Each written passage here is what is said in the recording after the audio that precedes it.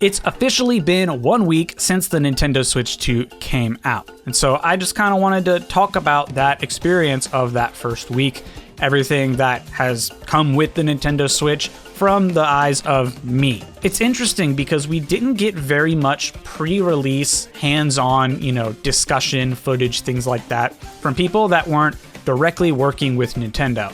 Obviously, they had some events where like creators or journalists were able to try it hands-on, but that was, of course, under very specific circumstances where Nintendo employees are there and they can kind of wrangle the situation in the way that they want. But it was very notable that no outlet, no one really got a Nintendo Switch 2 before release date.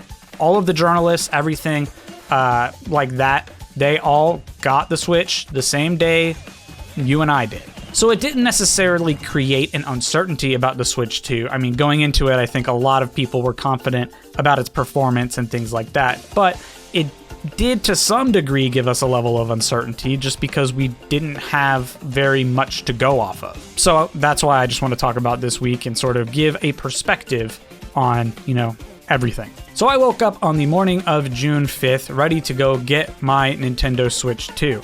I didn't go to a midnight release because frankly, I was just not really that interested. I don't know if I'm old or what, but I just didn't really have the energy to go to a midnight release. And that's good because my pre-order was at a GameStop inside of a mall, so they weren't doing a midnight release. I had to go there at mall open, which was at 11 a.m. So I got there thinking that it would be pretty quick. I mean, who's going to stand in line at 11 a.m. on a Thursday besides me? Turns out, 20 people, and it was really slow, so it took me 2 hours to get my Switch. So I brought the Switch 2 home, and I unboxed it, and this was a pretty compact box. I mean, they fit as much as they could in there using as little space as possible. In fact, there were actually stories where a GameStop was stapling receipts to the boxes, which first off, that would have made me mad because I like to keep the console boxes in decent shape. But it was also puncturing the screen because there was just no air in there. It was literally, you opened it and the screen was right there. So if that was you, I'm really, really sorry. And I went ahead and transferred my system. That was all incredibly smooth, and it was, a fairly straightforward process. I've done this before when I got the OLED. The Switch 1 to OLED system transfer was pretty fast. This one took a little bit of extra time and a couple extra steps, I think, because it's probably an all-new console rather than a same-to-same console that the Switch to Switch OLED was.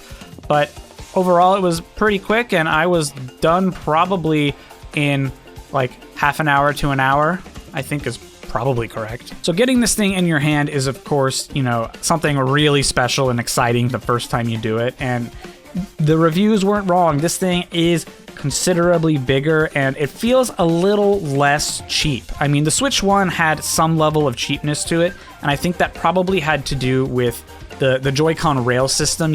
This doesn't fully feel, as secure as it could be, and so there's just a certain level of cheapness, especially, this is even the OLED, especially with the first model. That one definitely, I think, feels the cheapest. But when you get to the Switch 2, it feels like a much more solid machine, and that probably has to do with the fact that this is a bit bigger than the other Switch models. And then, of course, there's the magnetic Joy-Con system, which I was hesitant about, I will say. I thought that there was a chance that this would be really easy to yank out and, have a really big point of failure, especially the small little not really chip, but this little section right here where the actual Joy-Con connection is made. I was worried that this would, be really easy to break or something. And I mean, honestly, I think if you're rough with your electronics or you're like a stupid little kid, you might break it. But I would find it extraordinarily shocking if I were to be able to snap that just through normal use. And obviously, I'm sure Nintendo stress tested this a lot. But yeah, I am really happy with the Joy-Con magnetism, I should say. As far as the rest of the Joy-Cons, I mean, they're just Joy-Cons. They're slightly bigger than the Joy-Con ones, but other than that, they are quite literally Joy-Cons, to the point where I'm pretty sure they didn't even solve the issue of Joy-Con drift. I think in a few months, we're probably going to see a bunch of people once again suffer from Joy-Con drift, which is a shame. I mean, they didn't even change the part that was causing the drifting issue. People say they need to use Hall effect controllers. I'm stupid. I don't know what that means.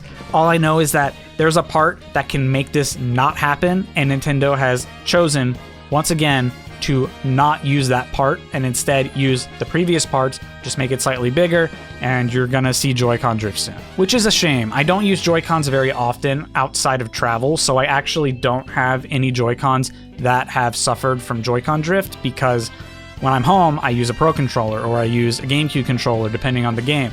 So I haven't suffered from it yet, but it's a shame because Joy-Cons are pretty nice when you're playing handheld. So the first thing I did was, of course, play Mario Kart World. And I had so many thoughts about the game that I actually wanted to make a full main channel video on that. So I won't dive too deep into my thoughts here. Obviously, I think the free roam is awesome. I think it brings a whole new side to Mario Kart. And I think the fact that the free roam section automatically means that we can have the connected tracks is pretty cool on paper. I think that a big issue is that you have to drive in straight lines for so often. And again, I'll dive into that more in my main video. But I think that is a valid criticism of the game. If you're just playing the 3-lap tracks, I think they are some of the best that we have ever had in the game. I love the character selection. The costumes are nice, even though I hate the character select screen. And I like that the little guys are here. It's like there are things to complain about and there are things to really like, which I think is true of almost any game that exists. It should not be $80 though. Another of the biggest criticisms of this game and of the Switch in general is the price point, where the console was $450, and if you want to buy the game by itself, it's $80, or they had bundles where the digital game was $50.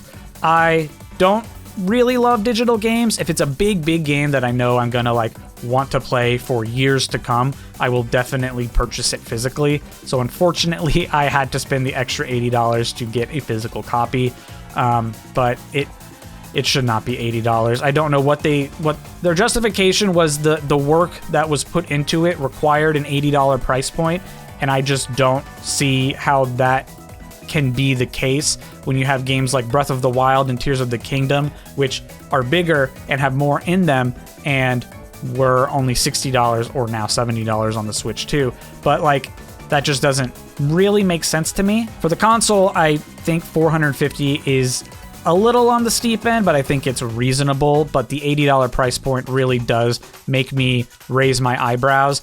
And I know I bought the $80 physical copy, but if the $80 price point becomes a far more regular thing, all it's going to do is make me either, I guess, buy it digitally if I'm forced to, or I'm going to just limit the number of games that I purchase, because, a $60 game feels more reasonable than an $80 game, even though it's only a $20 difference. That is, a big jump when you look at, what you started at. Remember when Wii games used to be $50? So yeah, if your criticism is the $80 price point, totally valid. I don't know why it's there. If your issue is with the console, still a little valid, but I kind of see where they're coming from. There's a lot going on both in the dock and the console where I can kind of swallow it a little easier. And then I wanted to look at some of the games that got switched to upgrades or switched to updates. So the first one was Breath of the Wild, which I was expecting to pay $10 for, but because I'm an online expansion pack owner, subscriber, whatever, I got the upgrade for free, which I didn't know, which is cool.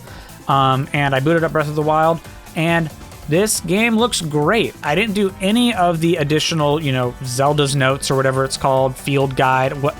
You could tell I didn't really play Breath of the Wild that much, but it just looks way prettier. I did the thing where everyone went to the Lost Woods to see it not lag, and it was very, very pretty. I believe it's actually rendering out in 4K now, as well as 60 FPS, which is really, really good. It's cool to see some of these games running at really good frame rates, which leads us to the next game I tried, which got a free upgrade, which was Pokemon Scarlet and Violet. This looks fucked up. This game does not look right in full motion 60 FPS. It reminds me of those YouTube videos or like TikToks you'll see where, you know, people take a Marvel movie and put it in 60 frames per second, but really they just ran it through a program that kind of interpolates every other frame, and it makes it this weird smooth looking thing where you can just tell it's not correct. That's how Pokemon Scarlet and Violet look in 60 FPS. This game was not meant to look this smooth, and it looks incorrect. And it's just weird. I went up to that lake section that also lagged, kind of like the Lost Woods in Breath of the Wild, and the fact that all these Pokemon are showing up and it is still buttery smooth, it looks really good, but I played so many hours of this game at sub 30 FPS that it just looks fake.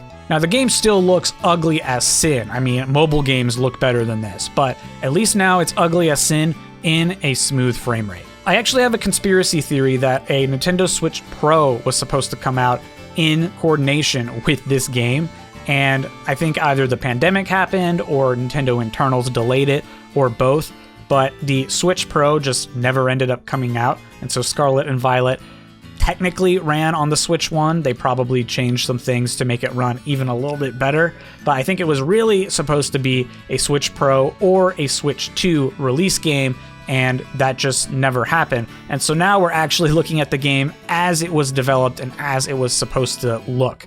And I have no real concrete evidence for that, but that is my personal tinfoil hat conspiracy theory. It actually seems like some animations, like during battles specifically, are actually too fast, and maybe that's because they sped up the animations to compensate for the Switch 1's lag, so now that we have it in actual 60 FPS, it's actually running too fast, and so maybe like we're actually seeing, you know, times and a half speed on some of these animations.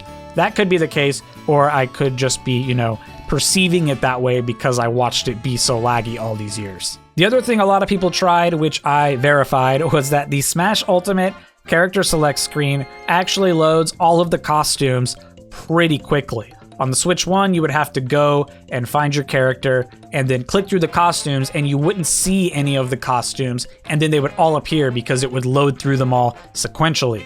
And you would just have to sit there and wait, and eventually you just kind of memorized what number of clicks your main was, and so when it appeared, you were just on your costume. Now, you can get to the bottom and see maybe one missing costume, and then everything loads, and you can just see the costumes and no longer have to guess. There was also a video I saw where the game loaded so fast, it couldn't even play the animation where all 4 characters are shown and it's loading. It just started it and then cut straight into the match. Now, I have no idea how real that is. I do know that on my game, it does not do that, but it does load significantly faster. It just seems like across the board, a lot of these Switch games are going to see much faster loading because the Switch 2 is just better. Like Smash Ultimate doesn't have any kind of an update or a Switch 2 upgrade or anything like that. It's literally just the Switch 1 game just loading faster because it's inherently better on better hardware. So it'll be interesting to see which games get better improvements or get kind of wacky on the Switch 2 as we go. And then of course it'll be pretty interesting to see which Switch 1 games get special Switch 2 updates where they can maybe be outputted in 4K or higher frame rates, for example, or just, you know, benefit from the Switch 2 a little bit. I know there are some games that the backwards compatibility doesn't work the greatest. MVG, if you guys know that YouTuber, did a ton of testing, and there are some games for the Switch 1 that when run on the Switch 2, there's like screen tearing, or like the actual output looks really bad, or just like a little blurrier because it's not actually changing the output natively. It's just kind of blowing up the picture, and if you've, you know, tried to zoom in on something that wasn't a high quality image, you're going to notice that it's going to get blurrier and blurrier as you try. So that's kind of what's happening here. So I do expect that some of these companies are going to release either Switch 2 versions or Switch 2 compatibility updates to their games, and hopefully we'll see a good round of games looking a lot better and running a lot better. So of course I'm Mr. Fortnite, and I had to check out Fortnite 2 on the Switch. And the first thing you notice is that this game looks so much better than on Switch 1. On Switch 1, it was like you were playing it on a screen this big, and then they blew it up, and it was at like 10 FPS, and you sometimes didn't like get textures that loaded in properly. Like, it's a miracle that Fortnite is playable on the Switch 1. I'll be honest. I cannot believe that all this time the Switch version has been in step with all of these HD 4K consoles and PC versions. And like, it's just amazing that the game runs like it does. I mean, it runs horrible, and that is amazing. Like, let me make that clear. It runs terribly, and it's still impressive that it runs. So the game looks a lot better on the Switch 2, of course, but I wanted to try the mouse controls because the latest season of Fortnite introduced mouse controls compatible with Switch 2 with their whole Joy-Con mouse setup, and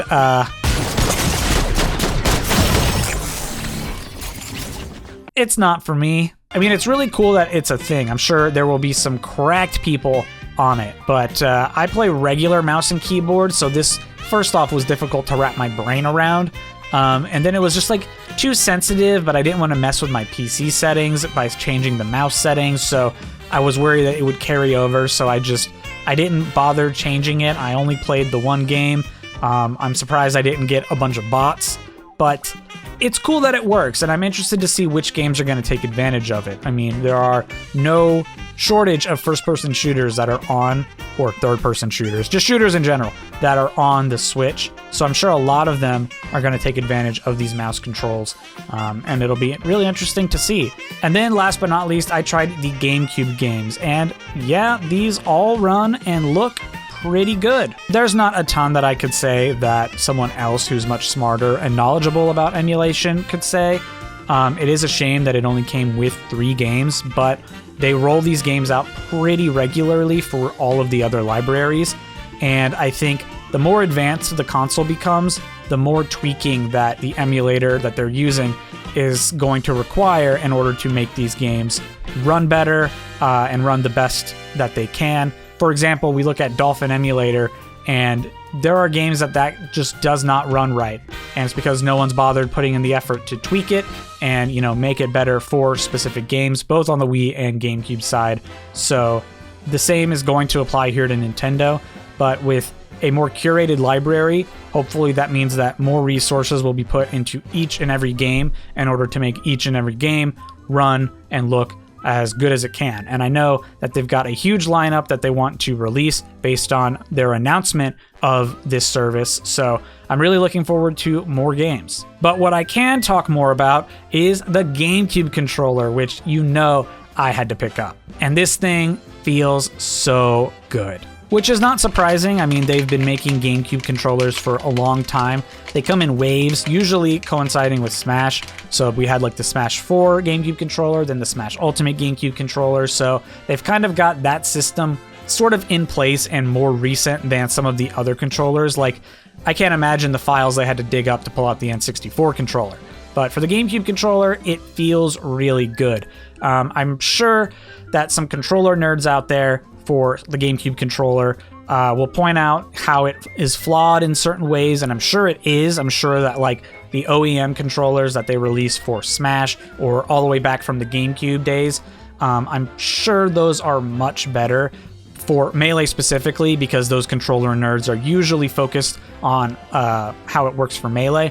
But as far as single player casual games that I'm going to play on this thing, it's just perfect. That's all I really can say. The only thing that I personally noticed is that the Z button on the new Switch version of the GameCube controller is just a digital click in, whereas on the original GameCube controllers, I don't know that it was analog necessarily, but it had a spring, so it kind of impacted the way that you clicked in the Z button, and you kind of felt like there was more travel time and more spring back, obviously, when you were clicking it in.